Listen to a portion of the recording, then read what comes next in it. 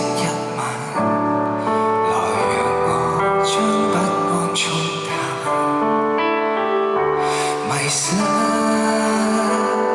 於世代最新太多的重擔，何苦將責任都攬？也許不必習慣，停不低思緒，有時捱到太累我知，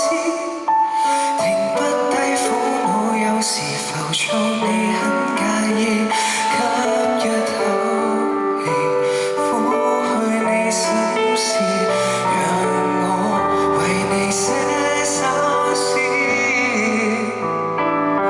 無端給比較，偶然迷惘挫敗我知，無端給指責，偶然退縮你很介意，吸一口氣，默然靜聽，從心中找到冷靜，心聲聽到我來和應。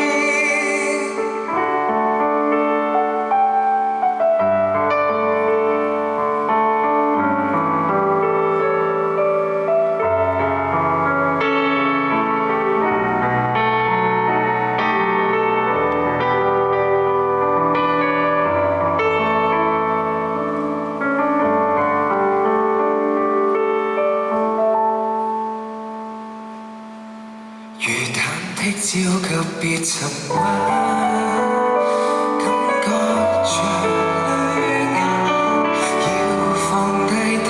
重擔，行累了就逃走，縱使再有交換，你會撐過關。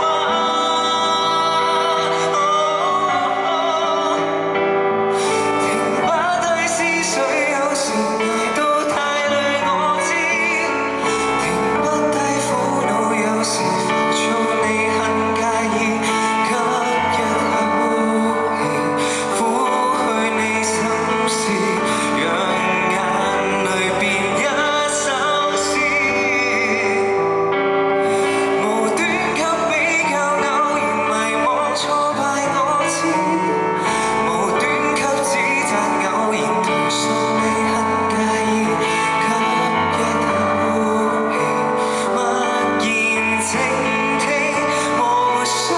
開口去說明，只需聽你心聲。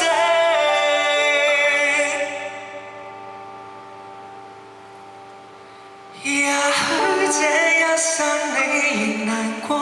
痛恨我知，未得到公允你仍浮躁，也很介意，吸一口氣，默然靜聽，求可釋乾你眼淚，可擁緊你脆弱，可修補你眼前路徑。